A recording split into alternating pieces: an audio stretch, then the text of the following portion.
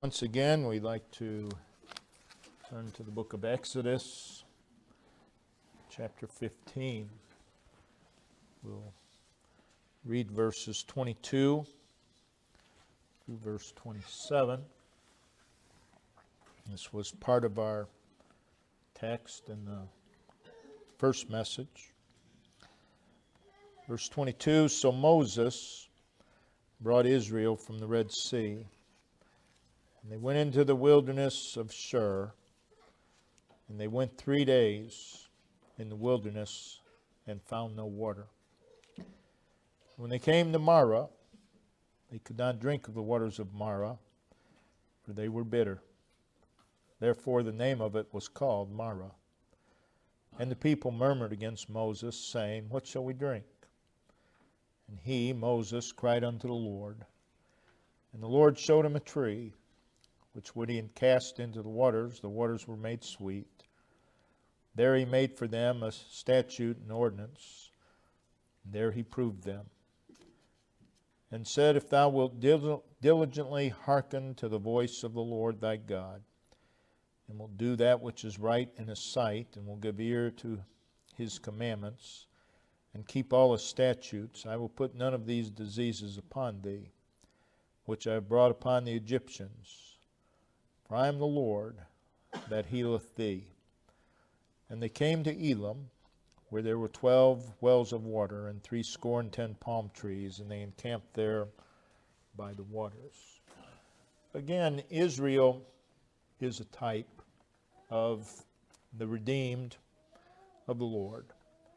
They mirror ourselves, and God's dealing with them also serves as an illustration of God's care and God's dealings with ourselves. So, Israel and God's dealings with them is very informative to us. It's very instructional to us and very encouraging to us. But when we look at Israel's wanderings in the wilderness, sadly that too is a picture of the people of God. We, again, as we said earlier, we see them in places of difficulty, places of trial. We're faced with obstacle after obstacle. And God continually performs the miraculous on their behalf. But in Israel, we see this fearful cycle. We see them in their places of difficulty and trial, places of insurmountable obstacles, and they would immediately murmur. And then God, in His love and grace and mercy and patience, would miraculously provide for them, giving them exodus, giving them deliverance from their situation. Then they would go a little while, not very long, and again, they would be in a place of difficulty, they would be in a place of trial, and they again would murmur, as if the past miraculous never happened. They've forgotten all about it. And they became a people controlled by their circumstances because there was a failure to bring the miraculous blessings of God into the next trial and difficulty. And as we stressed this morning, we find ourselves doing that repeatedly, just like Israel. So they found themselves time and time again under the paralyzing control of their circumstances. Now our text certainly is an example of that. And coming to our text, again, we see Israel is just 3 days removed from the extraordinary blessings of God upon them. God revealing Himself to them in a mighty and miraculous way. That was just 3 days ago.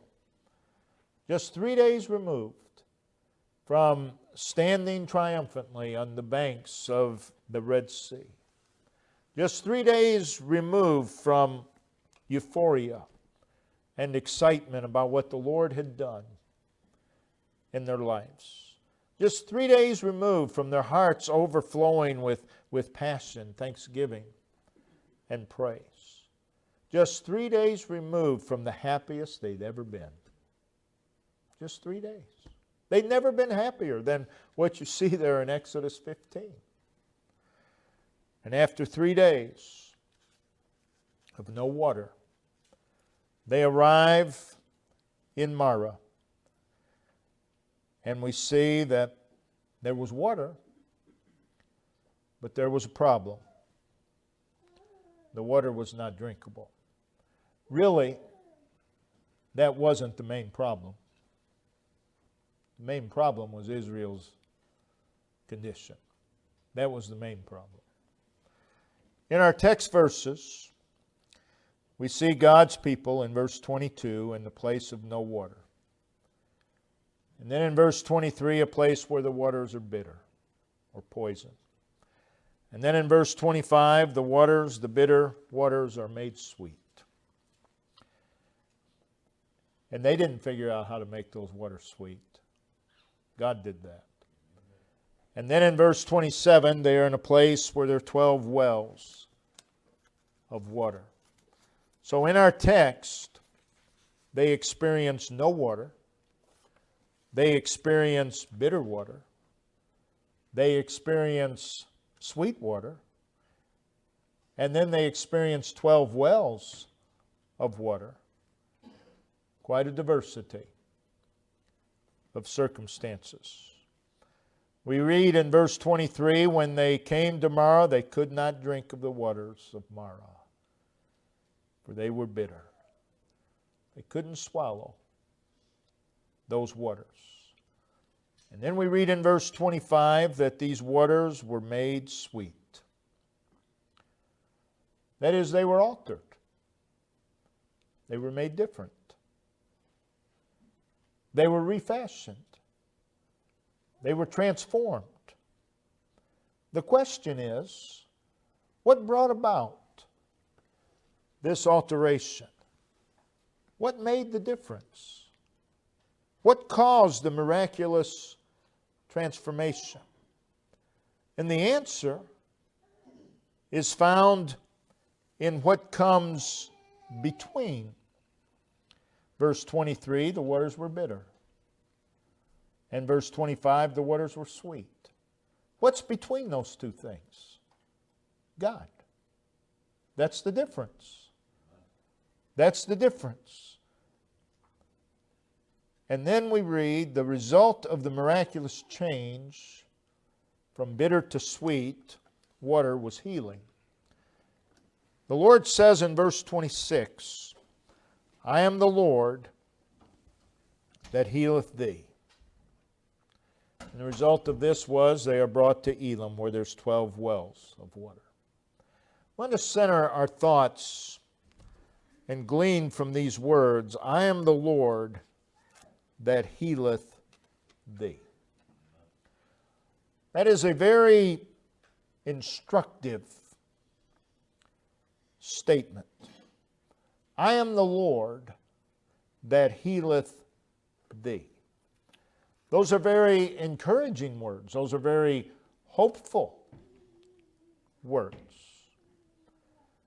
So here we have a people brought face to face with Marah. And we're that people as well.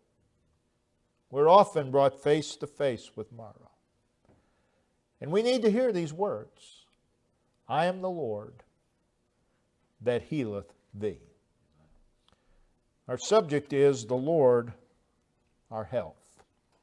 The Lord, our health. And I'm not emphasizing physical health. I believe that's included in this statement. But we're emphasizing spiritual health. I am the Lord that healeth thee. First of all, these words direct our focus. So we hear God say, I. That's a first person pronoun. What's that mean? It means God's referring to Himself. It is God directing our attention to Himself. When He says I, first person pronoun, that makes God the subject of what He's going to say. He says, I am. I am. First person singular present verb. I am. It's not I was. It's not I shall be. It is I am. 3 periods of existence. Past, present, and future come together in this word, am. I am. What it means is I am what I have always been.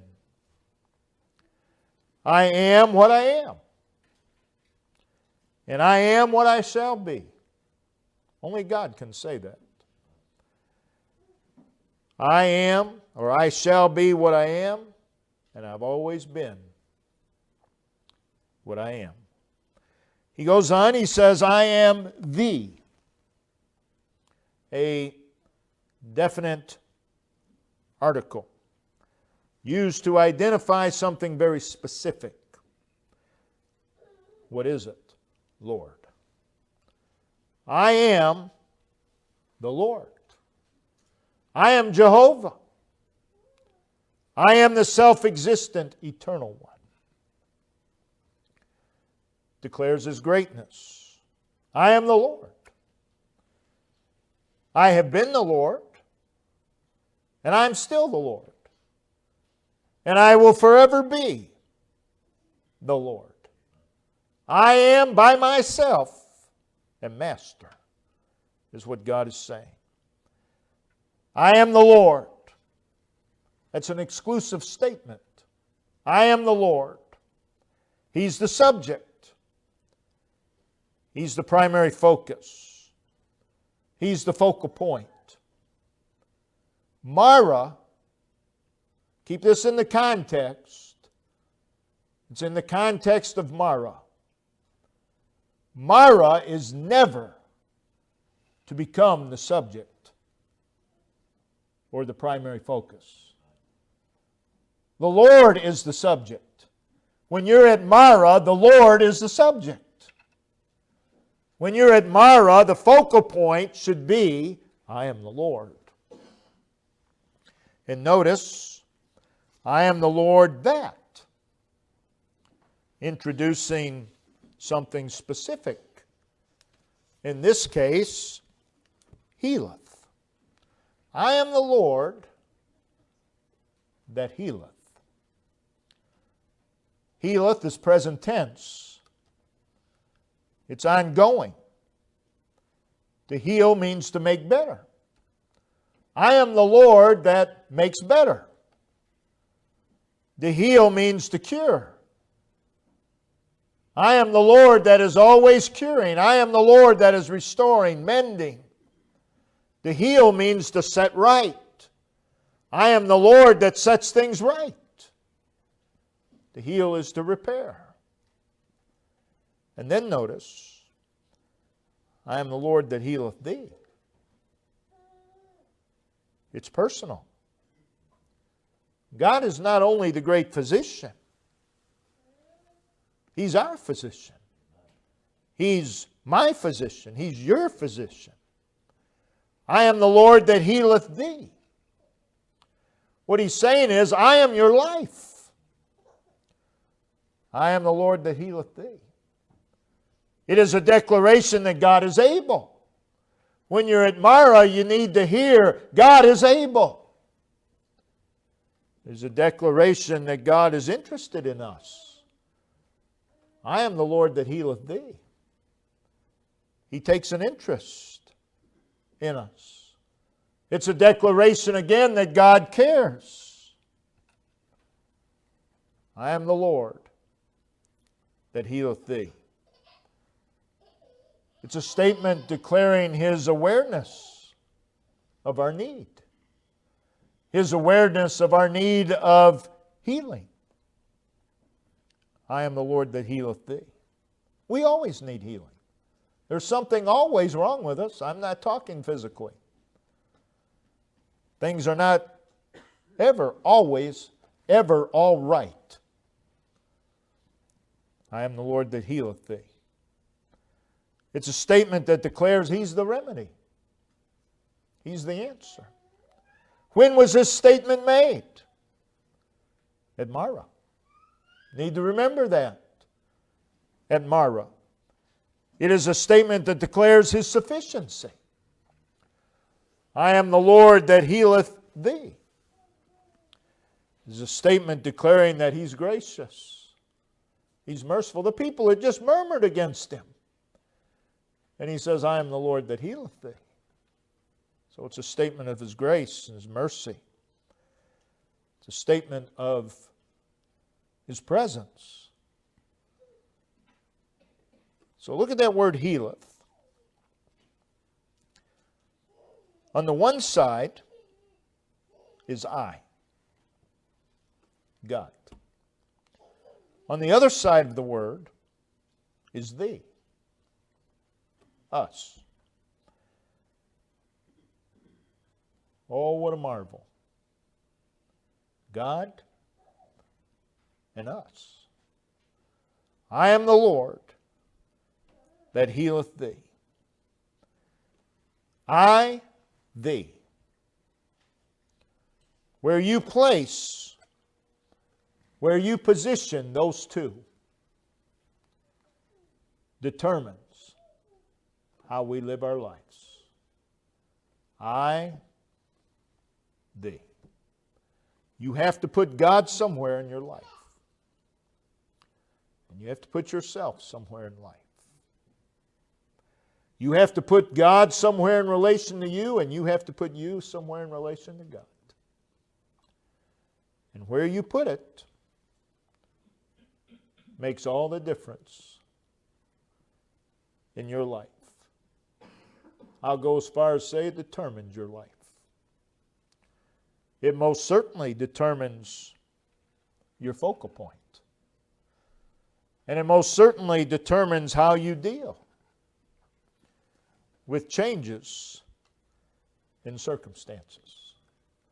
I am the Lord that healeth thee. That and not Marah needs to be the focal point. I am the Lord that.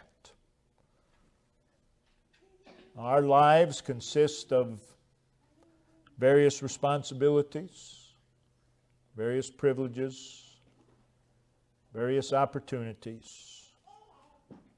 But in them all, the Lord is to be the focal point. There are joys, there are sorrows, there's peace, there's turmoil, there's calm, there's storm. And in them all, the Lord is to be the focal point. Not the sorrow, but the Lord's to be the focal point. Events and circumstances are not the focal point. That doesn't mean they don't matter. It means the Lord matters more. He's the focal point. It appears that Moses understood this. In verse 25, and he cried unto the Lord. Now you have two entirely different reactions to Marah. Moses, focusing beyond Marah, he prayed. Israel, absolutely consumed with Marah, they murmured. They murmured. I am the Lord that healeth thee. These words are used to emphasize importance. What did God... He turned the bitter waters into sweet. So you could say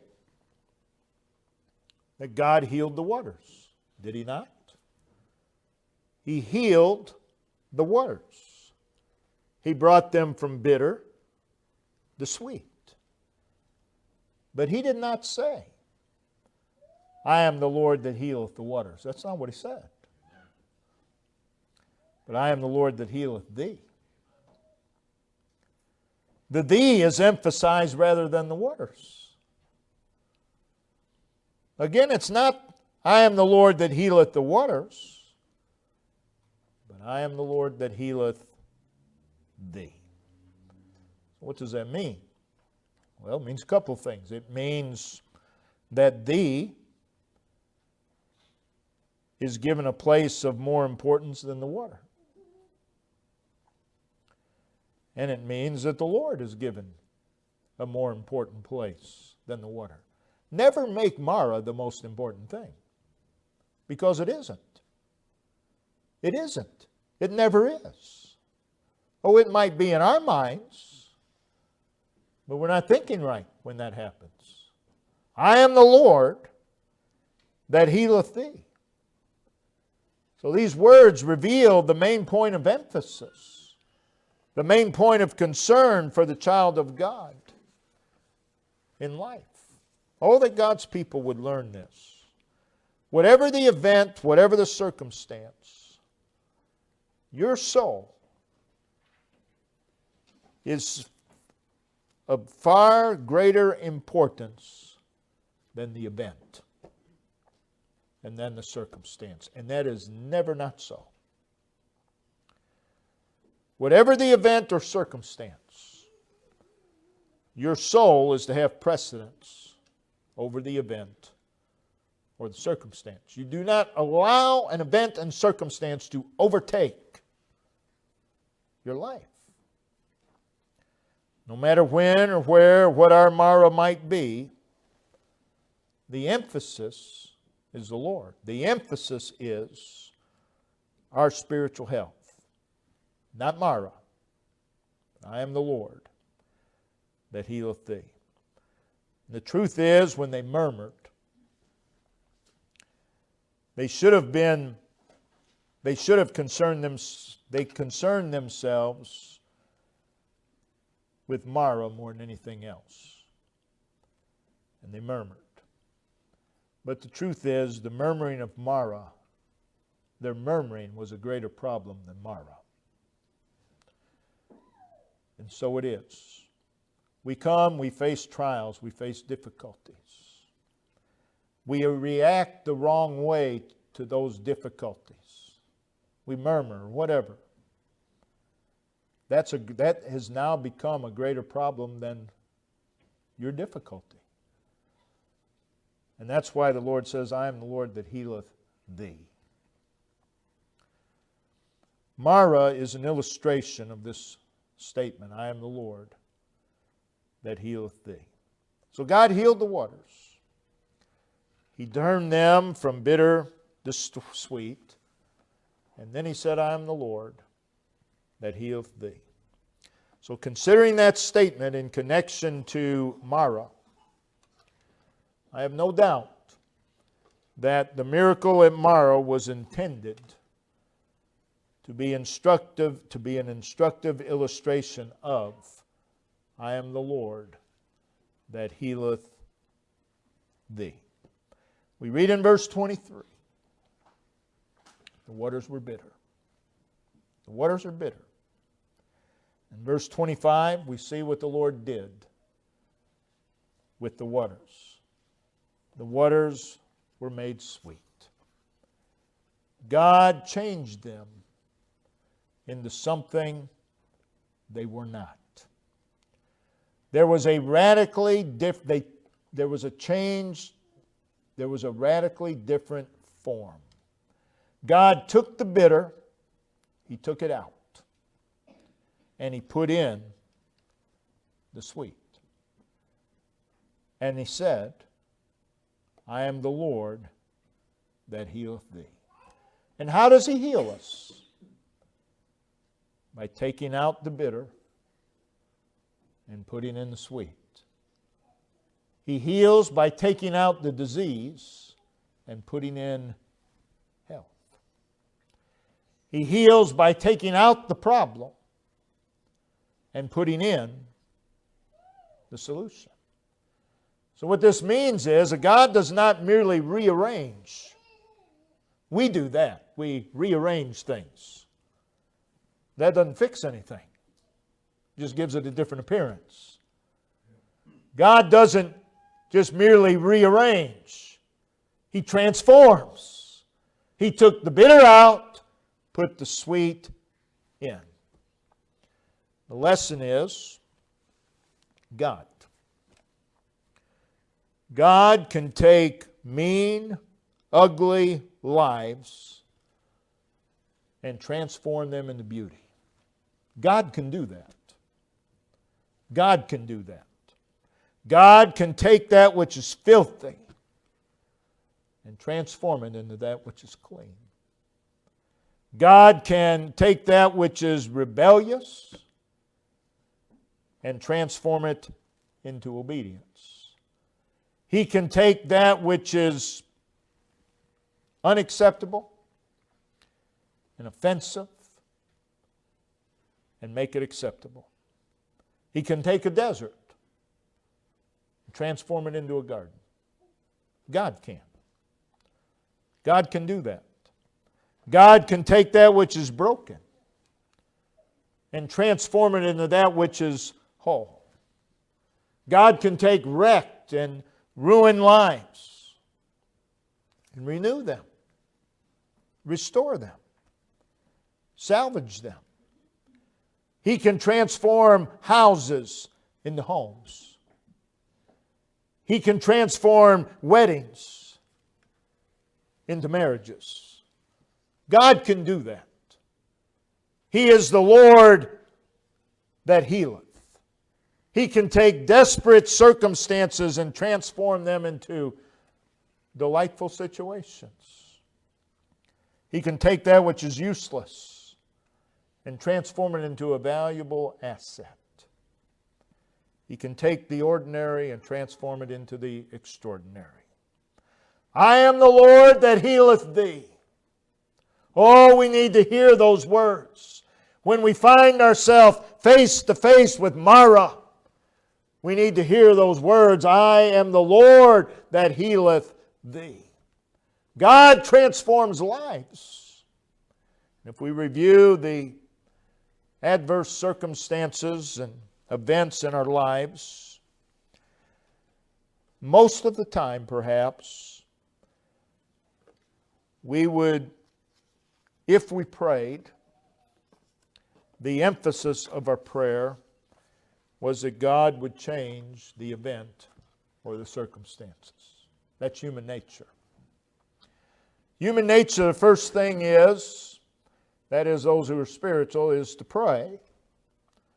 But usually when they pray, they put the emphasis on the wrong thing, and they're praying, Lord, please do something about this Mara. When we should be praying, Lord, heal me. Heal me so I can correctly handle this Mara. It's just a matter of emphasis. God healed the waters, turning them from bitter to sweet, and using that as an illustration of Him healing our souls. Notice there was a revelation. In this healing, there was a revelation. In verse 25, Moses, with his focus upon God, cried unto the Lord. And the Lord showed him a tree. Showed him a tree. Was it the only tree there? I doubt it. The Lord showed him a tree. Pretty sure it wasn't the only tree there. Otherwise it would have said the Lord showed him the tree. But the Lord showed him a tree. Well, what does that mean? Well, it means that the tree was near at hand. He could see it. You might have to stop at Mara for a while. But God's remedies are always near at hand. You don't have to come up with it. Brother Dave and I were talking right before the service. Just think of what should we do? Well, I think we should do this. I think we should do that. No one would have said, you know what, there's a tree, let's throw it into the water and see what happens. There isn't anybody that would have thought of that. Not one single person. But that was the remedy. You can come up with all the remedies you want, and you may never come up with the one God has. His thoughts are not our thoughts, and vice versa. The Lord showed him a tree. No doubt instructed him that that tree was to be cut down, cast into the waters. But the Lord showed him a tree. It was an available tree. It was an accessible tree. That tree was the remedy. The remedy is available. The remedy is accessible. It was God who planted that tree. And it was God who planted that tree in that particular spot. And it was God who watched over that tree. And did not God know that one day His people would come to that very place? He most certainly did. In fact, I'll go as far as to say that God planted that tree for them. And for that particular day. We may have to stop at Mara for a while. But God's answer, God's antidote is not only near at hand, it's available. It's accessible. The fact that the Lord showed him a tree speaks of the fact that it was a singular tree. The Lord showed him a tree. The Lord didn't say, look at the forest of trees. Now, Moses, you go out there and just cut down a tree. No, the Lord showed him a tree. A particular tree. He didn't say to Moses, Moses, pick a tree, pick any tree. No, the Lord showed him a tree. May have to stop in Mara for a while. But He has provided a very particular remedy. He has provided a very particular remedy. The fact that the Lord showed him a tree, which when He cast into the waters, speaks of the fact that the tree was applicable, that the tree was relevant to their situation. What the Lord showed them, or Moses, was relevant to their situation. The Lord just doesn't show you things to show you things. He shows you things that are relevant to your situation. And how many times people pray and they say, well, the Lord's not answering. Oh, He may have answered, you just haven't seen it. Because your eyes are so focused on the wrong thing. The Lord does not give irrelevant answers. May have to stop in Mara a while, but His remedy is applicable and relevant to our Mara. The fact that the Lord showed him a tree, which when He cast into the waters were made sweet, speaks of the fact that this was not an ordinary tree. It was a miraculous and powerful tree. And what the Lord showed him made a difference. And what the Lord shows us will make a difference. It'll make a difference. I don't need to get everybody's opinion when I'm at Mara. All I need to do is look to the Lord, and He'll make a difference. He'll make the difference. The tree typifies the person of Jesus Christ. The Shulamite woman, speaking of the bridegroom in Song of Solomon 2, verse 3, said, as the apple tree among the trees, so is my beloved among the sons. You may have to stop in Mara for a while. But near at hand is Jesus. Near at hand is this one who cares. And He's available. And He's accessible. And He's miraculous. And He's powerful. And He's relevant to our Mara. And He is the difference maker. Again, the Lord showed him a tree. When He had cast it into the waters were made sweet. Jesus Christ, just like that tree, comes into contact with the waters of Mara, soaks up the bitter, and dispenses the sweet. That's what He does. It's what He's still doing. The tree also typifies, of course, the cross. And I'm not just talking about that piece of wood. I'm talking about the work of Jesus upon the cross. We read in Galatians 3 verse 13 that Christ hath redeemed us from the curse of the law, for it is written, cursed is everyone that hangeth on a tree. Jesus Christ went to the cross with my sins upon Him. He took upon Himself every single one of those sins. He took upon Himself every single one of their sins and all their vileness. He took all the vileness of every single sin. He took all the filth. He took upon Himself all the guilt and all the debt of my sin. The entire load was put upon Him. And He voluntarily and willingly went to the cross. And there He was charged with the crime and debt of my sin. And God, seeing my sin upon His Son Jesus, spared not His Son. Jesus voluntarily and willingly and on purpose went to the cross for me, and He did so in my place, in my stead. He was made a curse, and He was considered the worst of criminals. That's His work upon the cross. He went there voluntarily and willingly.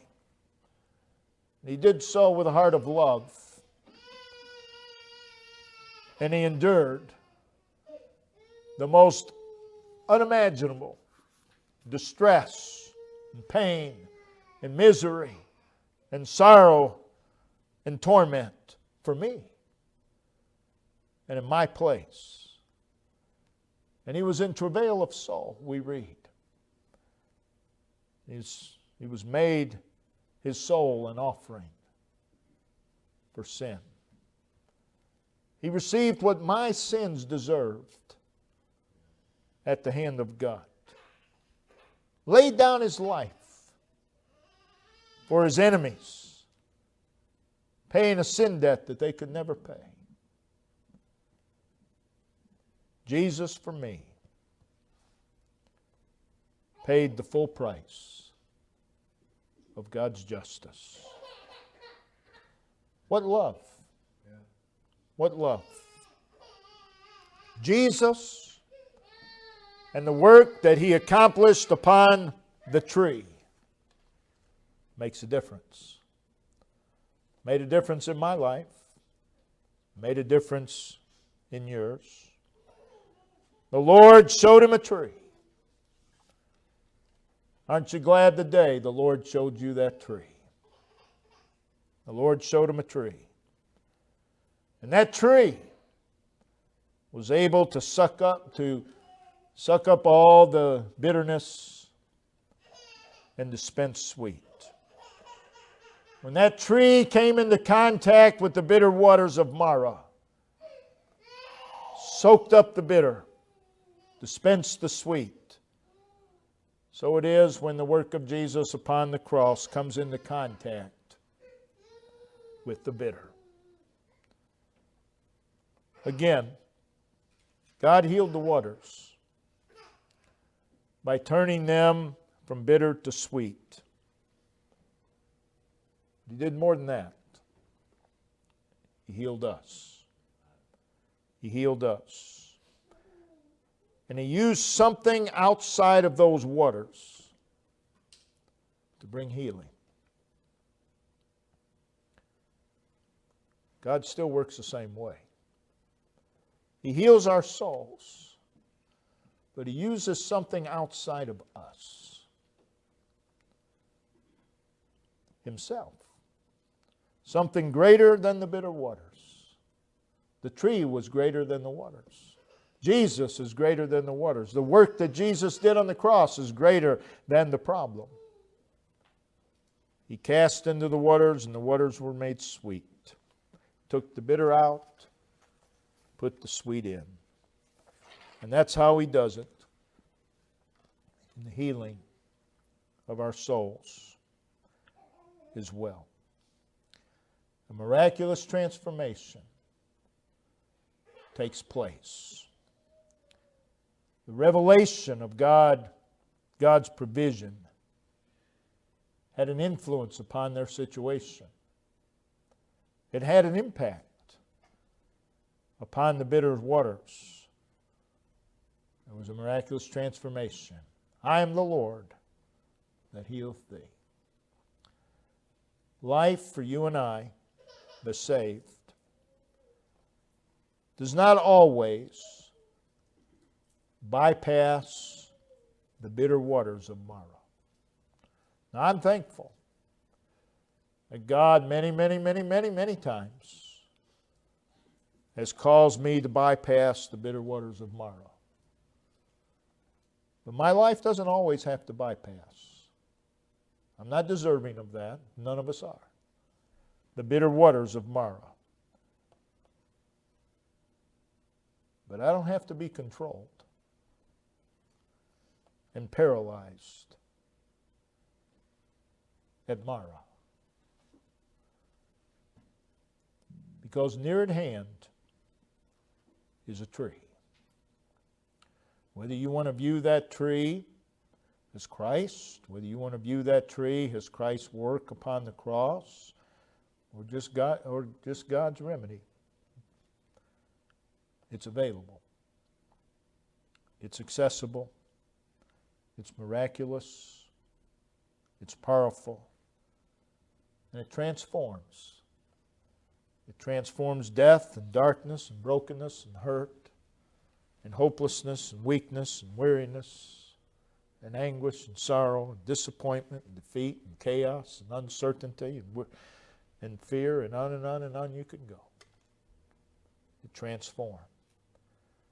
The Lord showed him a tree. When we come to Mara, we need to pray that the Lord show us. Lord, show me. Show me the remedy. Not just for Mara, but for what I need. All because of the person and the work of Jesus Christ. The Maras of my life can be changed. But more important than that, I can be changed. I can be changed. So many times, when we find ourselves face to face with Mara, don't just immediately think, Mara's my problem. No. Your problem could be your own soul sickness. And you need the Lord to transform you. And then Mara takes on an entirely different perspective. I am the Lord that healeth thee. How thankful we ought to be. God has healed us of physical sicknesses throughout our lives. God has prevented physical sicknesses from entering into our lives. Doesn't mean He always will, but He has many times. And more importantly than that, the Lord has healed us spiritually over and over and over again. He just keeps on. He just keeps on healing. Realize that God is the remedy. The remedy is not out there. The remedy is not in the opinions of man. The remedy is the Lord. And I don't care what the problem is. He's the remedy. He's the remedy. Whatever it is. People tend to think that their problem is the biggest of all problems, and no one's had this problem before. Oh, yeah, they have. You're not the first to have a problem. You're not the first to have a particular problem. But the Lord's always the remedy. I am the Lord that healeth thee. I'm glad that's true today. It was true in Exodus 15, and it's true today. I am the Lord that healeth thee. Brother Dave, if you'd come and lead us in verse